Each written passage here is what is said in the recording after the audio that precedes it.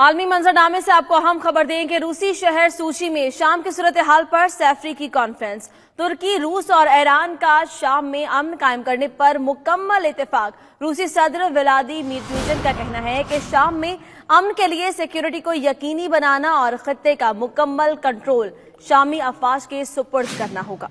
अहम खबर सामने आई है जिससे मुतालिक आपको आगाह किया जा रहा है। रूस के शहर सूची में सैफरी की अमन कॉन्फ्रेंस हुई है। इसी पर मजीद तफसीलात जान लेते हैं। नुमाइंदा 92 न्यूज शाहिद गुम्मन हमारे साथ मौजूद हैं।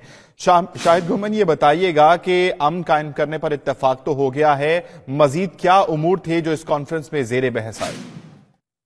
जी बिल्कुल, आज रूस के शहर सूची में शाम से मुतल्लक सैफरी की अजलास हुआ है, जिसमें रूसी सदर व्लादिमीर पुतिन, तुर्क सदर रजब तैयब एर्दोगान और ईरानी सदर हसन रूहानी के दरमियान मुज़ाकरात हुए हैं।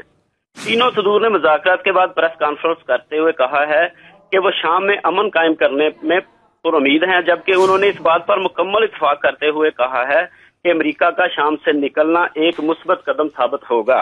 रूसी सदर व्लादिमीर पुतिन का कहना था कि इस मामले का वाहिद हल सिक्योरिटी को यकीनी बनाना और खित्ते का मुकम्मल कंट्रोल शामी अफवाज के सुपुर्द करना है। उन्होंने ये भी कहा कि शामी पनाहगज़ीनों की वापसी के लिए तीनों ममालिक अपना भरपूर किरदार अदा करेंगे।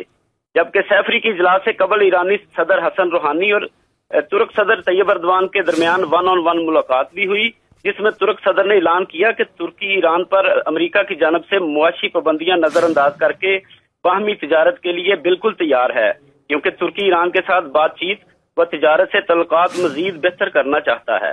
जी सही, बहुत शुक्रिया आपका शाहिद गुम्मन। आप हमें रूसी शहर सूची में होने वाली अमन कॉन्फ्रेंस से मुतालिक आगाह कर रहे थे।